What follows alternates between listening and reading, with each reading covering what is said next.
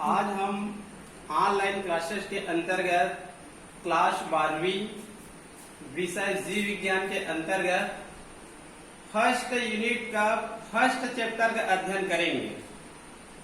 First unit का first chapter का अध्ययन करेंगे। तो यहाँ पर कहना चाहिए फर्स्ट चैप्टर का नाम है reproduction in organism. Reproduction in organism मतलब जीवों में जनन। जीवों में जनन 12वीं बायोलॉजी का जो फर्स्ट यूनिट है मुख्यतः जनन पर आधारित है। जैसे फर्स्ट चैप्टर है रिप्रोडक्शन इन जनन, जीवों में जनन। सेकंड चैप्टर है पादप में जनन।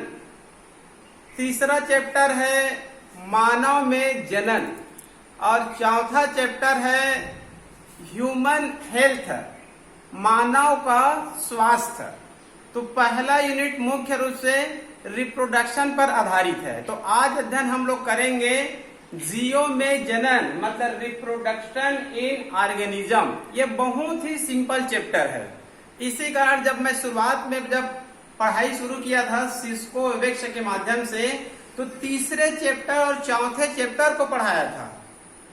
ठीक है, तो कहना चाहिए मैं पहले ये प्रथम चैप्टर है जो बहुत ही सिंपल है, इसको मैं छोड़ दिया था।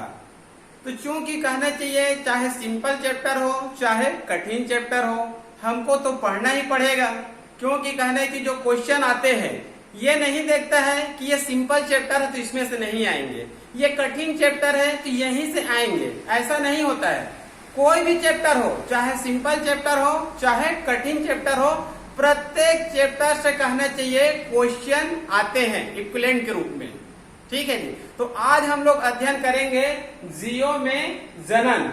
ठीक है जी। तो पहले मैं बताता हूँ इंट्रोडक्शन। वैसे मानव जनन का हम लोग अध्ययन किए तो पहले भी आप लोग को मैं ये बता दिया था कि कहना चाहिए जनन का परिभाषा क्या होता है। ठीक है, तो जनन का परिभाषा होता है अपने समान नए जीवों को पैदा करना। अपने समान नए जीवों को पैदा करना जिसमें जीवों की जनसंख्या में क्या होती है, वृद्धि होती है, ये जनन कहलाता है। ये जो जनन होता है जंतुओं में भी होती है और पौधों में भी होती है। जंतुओं में कैसे होती है उसको हम लोग मानव के अंतर्गत पढ़ लिए थे। तो ये कहना चाहिए जीवों में जनन का जो चैप्टर है ये मुख्य रूप से कहना चाहिए पौधे पर आधारित है। किस पर आधारित है? ये पौधे पर आधारित है। जैसे कि हम लोग देखते हैं प्रकृति में जो पौधे हैं, छोटे पौधे भी होते हैं और बड़े पौधे भी होते हैं। तो सामान्यतः कहने चाहिए इनको हम लोग निम्न पौधे और उच्च वर्गीय पौधे बोल सकते हैं।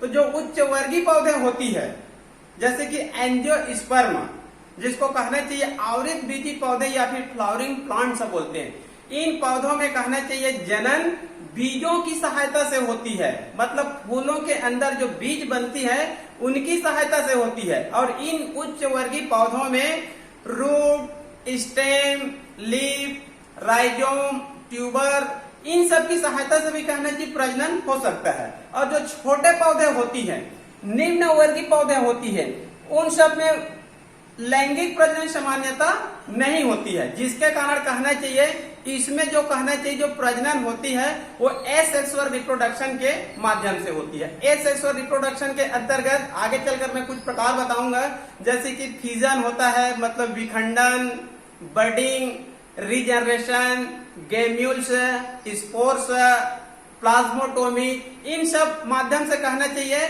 छोटे जीवों में प्रजनन होती है। तो यहाँ पर हम लोग मुख्य रूप से पौधों में प्रजनन का अध्ययन करेंगे। ठीक है जी। उच्च पौधों में कहना चाहिए प्रजनन फ्लावर या फिर सीड के माध्यम से होती है, कुछ अन्य विधि के माध्यम से भी होता है।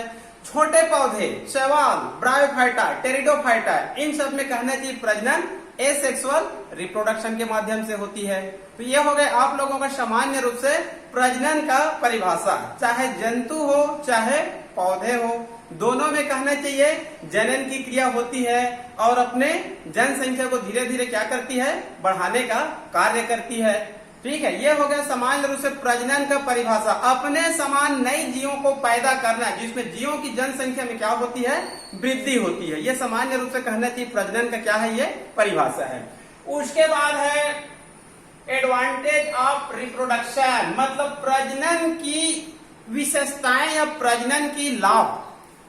तो प्रजनन की कहने से ये वैसे तो बहुत सारे लाभ है, तो यहाँ पर कहना चाहिए, मैं कुछ पॉइंट लिख दिया हूँ, 3-4 पॉइंट बताता हूँ प्रजनन का। यहाँ पर कहना चाहिए क्या क्या लाभ हो सकते हैं। तो जैसे पहला लिखा गया हूं मैं, continuity of species. Continuity of species मतलब जातियों की निरंतरता। जातियों की निरंतरता, मान लो कहना चाहिए यदि जीवों में जनन नहीं होगा, जीवों में जनन नहीं होगा तो आगे चलकर जातियां क्या हो सकती है, समाप्त हो सकती है। तो प्रजनन होता है तब कंटिन्यूटी ऑफ स्पीसीज, जातियों की कहना चाहिए पृथ्वी पर कहने की निरंतरता बनी हुई है। प्रजनन नहीं होगा तो आगे चलकर कहना चाहिए जीव क्या हो सकते हैं, समाप्त हो सकते हैं। दूसरा है रिप्लेसमेंट ऑफ स्पीसीज, या कहना चाहिए रिप्लेसमेंट। इसका अर्थ होता है जो पुरानी जातियां होती है एक निश्चित समय के बाद क्या हो जाती है, डेथ हो जाती है। एक निश्चित समय के बाद क्या हो जाती है, डेथ हो जाती है। उनके स्थान पर कहना चाहिए नई जीव पैदा होती है। तो नई जीव कहना चाहिए पुरानी जीव का क्या ले लेते हैं, स्थान ले लेते हैं। इसको हम लोग क्या बोलेंगे, रिप्लेसमेंट, मतलब पुरानी जीवों का खत्म होना और नई जीवों का उनके स्थान लेना। मान लो कहना चाहिए जीवों की मृत्यु भी नहीं होगा तो ये भी बड़ी दिक्कत है, क्योंकि पृथ्वी पर कहना चाहिए जीवों की जनसंख्या एकाएक क्या हो जाएगी, बढ़ जाएगी। आगे है वेरिएशन। वेरिएशन मतलब विभिन्नता, मतलब जो नए जीव आती है वो सेम कहना चाहिए माता पिता के समान नहीं होती है, थोड़ी बहुत या बहुत ज्यादा भी कहना चाहिए विविधता पाई जाती है। जैसे हम लोग देखते हैं विशेष रूप से कहना चाहिए जंतुओं में जो नई पीढ़ी आती है अपने माता पिता के समान तो होते हैं लेकिन 100% समान नहीं होते हैं। तो इसी को हम लोग क्या बोलते हैं, वेरिएशन। ठीक है जी, मतलब नई पीढ़ी का उत्पन्न होना और माता पिता से थोड़ी बहुत या फिर कुछ ज्यादा मात्रा में कहना चाहिए विभिन्नता दिखाई देना, क्या कहलाता है ये, वेरिएशन। उसके बाद है वेरिएशन के बाद यूल्यूशन मतलब विकास। चौथा यूलेशन मतलब विकास, मतलब जीवों में वेरिएशन होगा। जीवों में क्या होगा, वेरिएशन होगा। जितना अधिक वेरिएशन होगा उतना ही कहना चाहिए विकास होगा। तो कहना चाहिए सेक्सुअल रिप्रोडक्शन, एसेक्सुअल रिप्रोडक्शन। प्रजनन का आगे चलकर प्रकार पढ़ेंगे, ये 2 प्रकार का होता है, एसेक्सुअल और सेक्सुअल। सेक्सुअल रिप्रोडक्शन होगा तो आगे चलकर नई जीवों में क्या आएगा, वेरिएशन आएगा। और वेरिएशन के बाद आगे चलकर क्या होगा, यूलेशन होगा। और एसेक्सुअल रिप्रोडक्शन में वेरिएशन मतलब विभिन्नता नहीं दिखाई देती है, जिसके कारण आगे चलकर जीवों का विकास नहीं हो पाता है। एक पॉइंट है ट्रांसफर ऑफ वेरिएशन, मतलब जो वेरिएशन आती है वो एक पीढ़ी से दूसरे पीढ़ी, दूसरे पीढ़ी से तीसरे पीढ़ी में क्या होती रहती है, ट्रांसफर होती रहती है। तो जितना अधिक ट्रांसफर होगा, जितना आगे चलकर कहने चाहिए उतना क्या होगा, वेरिएशन होगा और उतना ही क्या होगा, जीवों का विकास होगा। ठीक है जी, तो ये कहना चाहिए रिप्रोडक्शन का लाभ। रिप्रोडक्शन का बहुत सारे लाभ है, इसमें से केवल 3-4 पॉइंट बताया हूं। जैसे कि पहला है जीवों की निरंतरता, प्रजनन हो रहा है तो जीवों की निरंतरता बनी रहती है। रिप्लेसमेंट, पुराने जीव खत्म हो जाएंगे, उनके जगह नए जीव आ जाएंगे। वेरिएशन, सेक्सुअल रिप्रोडक्शन होगा तो आगे चलकर जो नई पीढ़ी बनती है उसमें वेरिएशन होगा। ये वेरिएशन यहीं पर समाप्त नहीं होती है, वो अगली पीढ़ी में क्या हो जाती है, ट्रांसफर हो जाती है। और जितना अधिक वेरिएशन होगा उतने चलकर आगे चलकर जीवों में क्या होगा, विकास होगा। तो विकास किन जीवों में होता है, किस प्रकार के प्रजनन में होता है, जिसमें सेक्सुअल रिप्रोडक्शन होता है। जिसमें सेक्सुअल रिप्रोडक्शन नहीं होगा मतलब एसेक्सुअल रिप्रोडक्शन होगा, इसमें वेरिएशन नहीं होगा तो आगे चलकर उसमें विकास नहीं होगा। उसके बाद है मोड ऑफ रिप्रोडक्शन, मतलब प्रजनन की विधियां। प्रजनन की विधियां, तो प्रजनन सामान्य रूप से कहना चाहिए 2 प्रकार का होता है। एक होता है एसेक्सुअल रिप्रोडक्शन और एक होता है सेक्सुअल रिप्रोडक्शन। इसको हिंदी में बोलते हैं अलैंगिक जनन और इसको बोलते हैं लैंगिक जनन। ठीक है जी, तो जो सेक्सुअल रिप्रोडक्शन है, इस सेक्सुअल रिप्रोडक्शन का अध्ययन हमको इस चैप्टर में नहीं करना है।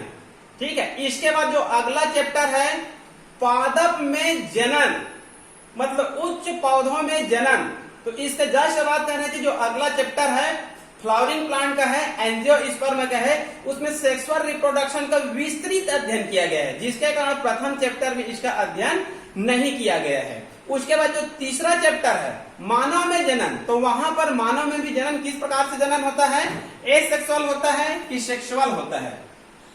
तो हमको पता है उच्च जीवों में, मतलब मानव में भी कहना चाहिए किस प्रकार की रिप्रोडक्शन होती है, सेक्सुअल रिप्रोडक्शन होता है। तो सेक्सुअल रिप्रोडक्शन का अध्ययन यहाँ पर हमको नहीं करना है, हमको अध्ययन करना है यहाँ पर एसेक्सुअल रिप्रोडक्शन का, ठीक है जी, अलैंगिक जनन का।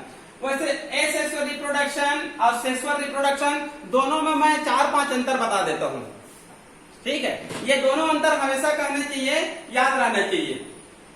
एसेक्सुअल रिप्रोडक्शन के लिए केवल एक जीव की आवश्यकता पड़ती है, सेक्सुअल रिप्रोडक्शन के लिए 2 जीवों की आवश्यकता पड़ती है। क्लियर? एसेक्सुअल रिप्रोडक्शन के लिए केवल एक जीव की आवश्यकता पड़ती है, सेक्सुअल रिप्रोडक्शन के लिए 2 जीवों की आवश्यकता पड़ती है। क्लियर?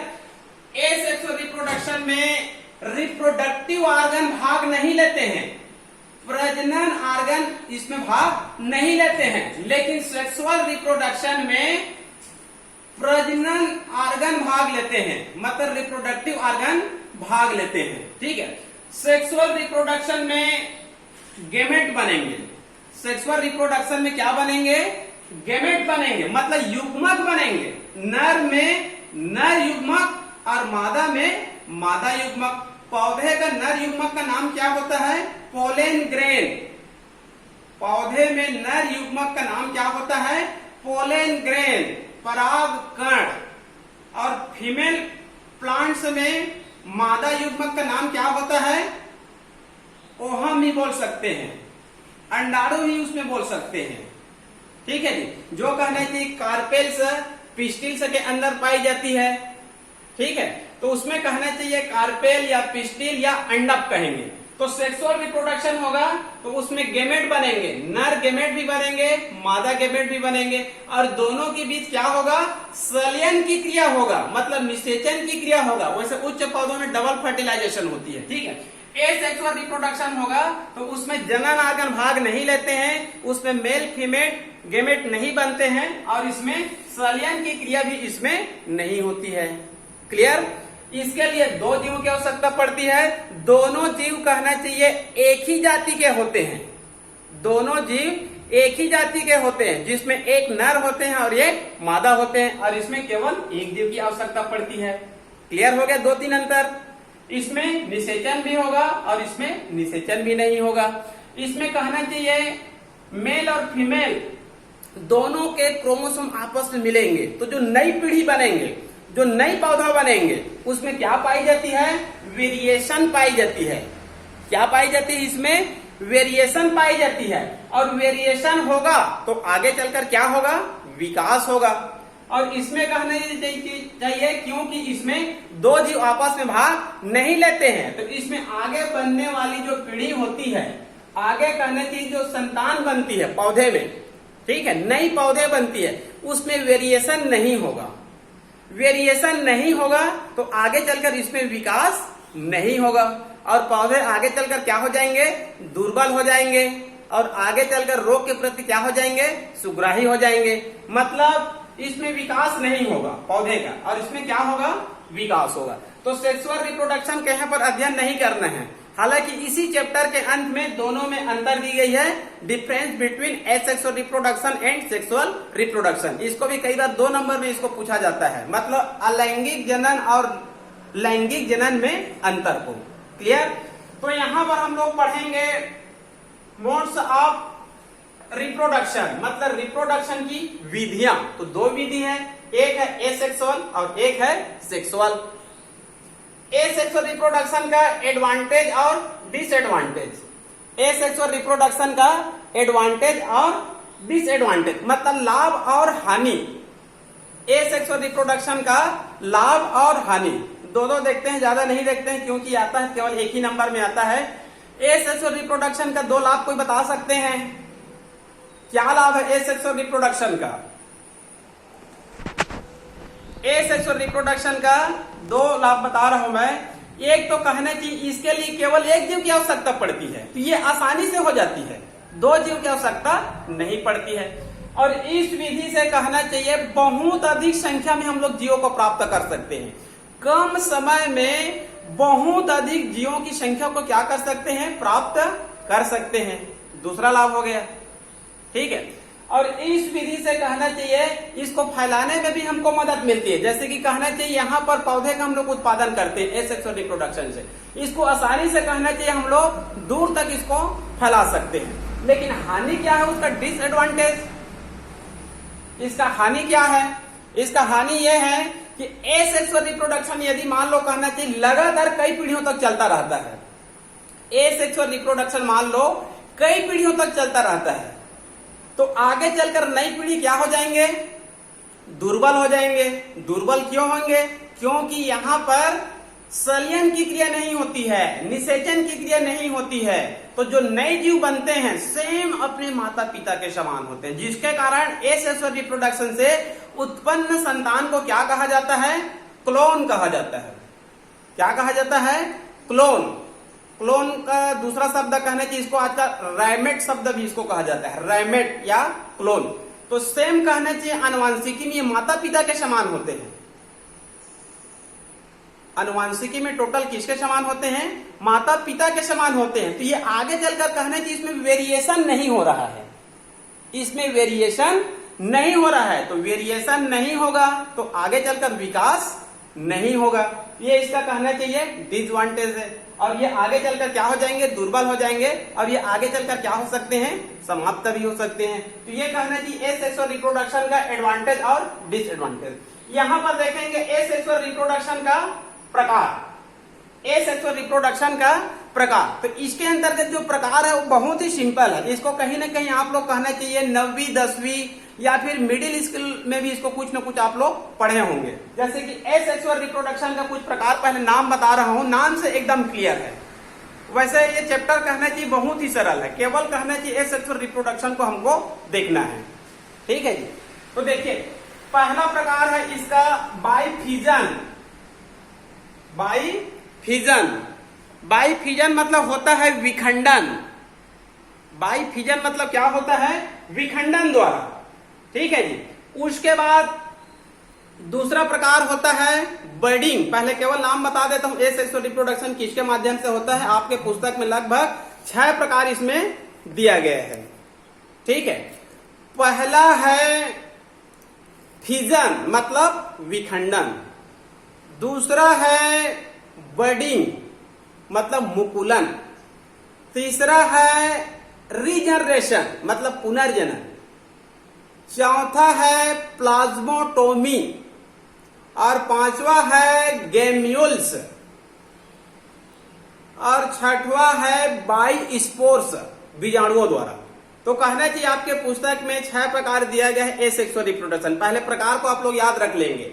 पहला है बाइफिजन मतलब विखंडन द्वारा, सेकंड है बाई बर्डिंग मतलब मुकुलन द्वारा, तीसरा है बाई रीजनरेशन मतलब पुनर्जनन द्वारा, चौथा है बाई प्लाज्मोटोमी चौथा, और पांचवा है बाई गैम्यूल्स, और छठवा है बाई स्पोर्स मतलब बीजाणुओं द्वारा। तो एसेक्सुअल रिप्रोडक्शन केवल एक जीव द्वारा होती है, 2 जीव की आवश्यकता इसमें नहीं पड़ती है। इसमें प्रजनन ऑर्गन भी भाग नहीं लेते हैं, इसमें गेमेट भी नहीं बनेंगे, संलयन भी नहीं होगा, और आगे चलकर जो जीव उत्पन्न होगा वो टोटल माता पिता के समान होते हैं, जिसके कारण इसको क्लोन भी कहा जाता है। मतलब इसमें वेरिएशन नहीं होगा तो आगे चलकर विकास इसका नहीं होगा, ठीक है जी। तो पहला प्रकार पढ़ते हैं एसेक्सुअल रिप्रोडक्शन के अंतर्गत। पहला प्रकार है बाइफिजन मतलब विखंडन। पहला क्या है, विखंडन, ठीक है।